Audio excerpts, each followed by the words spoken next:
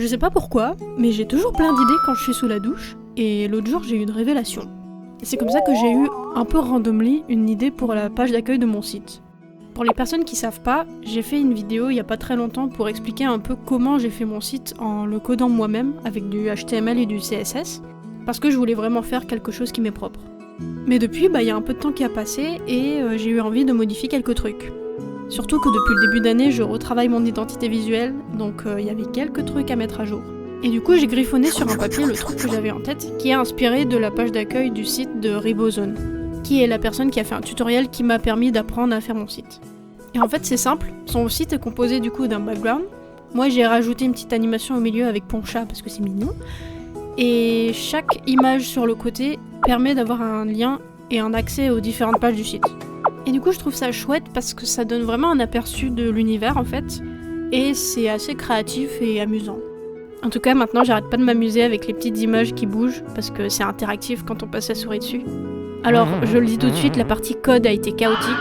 Ça a été un peu bordélique à calibrer ce truc, mais je suis pas une professionnelle. Honnêtement, j'apprends sur le tas et je suis très contente du résultat que ça donne avec ce que je sais en code. Donc voilà, c'est peut-être pas parfait, c'est peut-être encore un peu à bidouiller, j'en sais rien, mais en tout cas, moi j'aime bien. Et d'ailleurs, j'ai fait une version différente de la page d'accueil pour la version mobile et la version PC, tout simplement parce que je n'ai pas encore les capacités de code pour savoir faire un truc propre. J'ai vu un peu comment ça se faisait, mais c'était un peu galère avec mon truc, donc franchement, j'ai préféré faire quelque chose de propre et garder quelque chose de séparé pour les deux.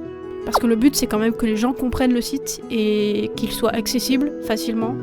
Donc j'ai quand même voulu garder l'aspect créatif sur un écran plus large et l'accès plus facilité sur la version mobile.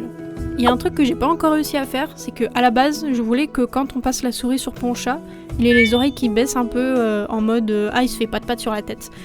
Mais j'ai pas encore trouvé comment bien le faire, donc je verrai un peu plus tard si je trouve un moyen. Parce que j'ai trouvé un moyen en fait, mais ça cassait toute l'animation, donc c'était un peu bête. En tout cas, je retenterai.